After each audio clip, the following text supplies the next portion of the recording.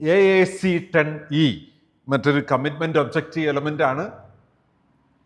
ഇത് നമ്മുടെ ഹോസ്പിറ്റലുകളിൽ ഈ ഒരു കണ്ടിന്യൂറ്റി ഓഫ് കെയറിലെ ഈ ഒരു ഒബ്ജക്റ്റീവ് എലമെന്റ് വളരെ ശ്രദ്ധയോടെ ഹാൻഡിൽ ചെയ്യേണ്ട ഒരു കാര്യമാണ്. കാരണം AAC10E ഇങ്ങനെയാണ് പറയുന്നത്: patient transfer within the organisation is done safely.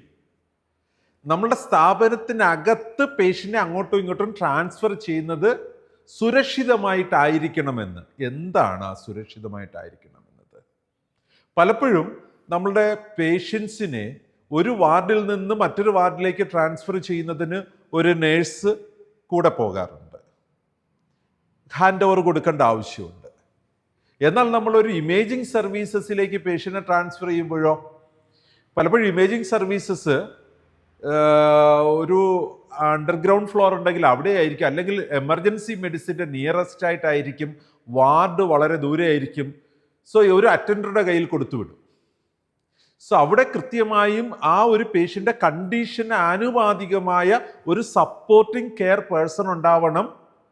അവർ കൃത്യമായും ടൈം പ്ലാൻഡ് ആയിരിക്കണം. നമ്മളിവിടുന്ന് പേഷ്യൻറ്റിനെ പുറപ്പെടുന്നതിന് മുമ്പ് ആ ഡിപ്പാർട്ട്മെൻറ്റിൽ ഇൻഫോം ചെയ്തിരിക്കണം. പേഷ്യൻറ്റിനെ അങ്ങോട്ട് കൊണ്ടുപോകുന്നതും തിരിച്ചു കൊണ്ടുവരുന്നതും വളരെ കൃത്യമായി പ്ലാൻഡ് സർവീസസ് ആയിട്ട് തന്നെയാണ് നടത്തേണ്ടത്.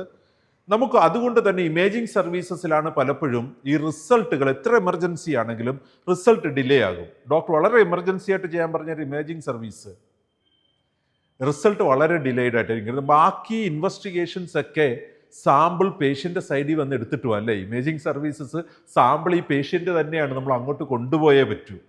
സോ നമ്മുടെ ഇൻ്റർ ഡിപ്പാർട്ട്മെൻറ്റ് ട്രാൻസ്ഫറിൻ്റെ സമയത്ത് പേഷ്യൻ്റ് ട്രാൻസ്പോർട്ടേഷൻ ട്രാൻസ്ഫർ നമ്മുടെ ഹോസ്പിറ്റലിനകത്ത് നടത്തുമ്പോൾ അത്ര നിസ്സാരമായി കാണരുത്. അത് വളരെ കൃത്യമായിട്ട്, അൺസ്റ്റേബിൾ പേഷ്യൻ്റ് ആണെങ്കിൽ അതിന് തക്കതായ രീതിയിലുള്ള കെയർ നമ്മൾ എടുക്കണം.